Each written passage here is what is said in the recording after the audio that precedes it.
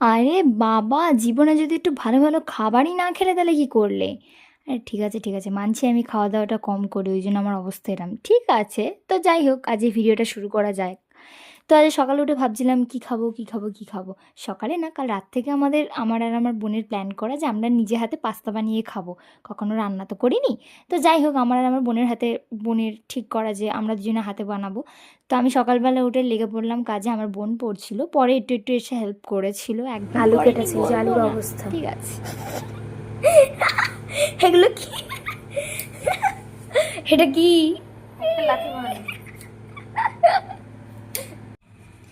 এটা একটু ঠান্ডা জলে ধুয়ে নিবি। হ্যাঁ ধো, অসুবিধা নেই তো। আরে চুরি আর কি। তো যাই হোক, দুজনে কাউতালি মারতে মারতে আস্তে আস্তে আলু কেটে নিলাম, পাস্তাগুলো সেদ্ধ করে নিলাম, আলুটাও কাটা হয়ে গেল, আলুটা এবার ধুচ্ছিলাম।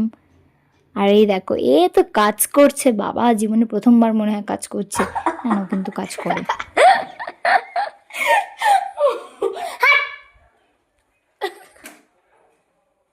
এই দেখো দাঁত তো এখন আমি বসিয়ে নিয়েছি কড়ার ভিতরে ঢালবো এই একটা তেল।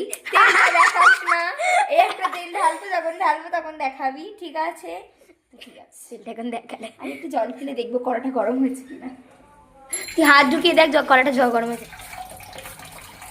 কড়াটা গরম হয়ে গেছে।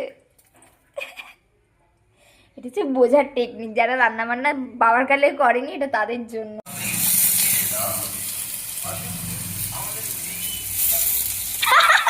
ক্যারেটে করছিস তুই?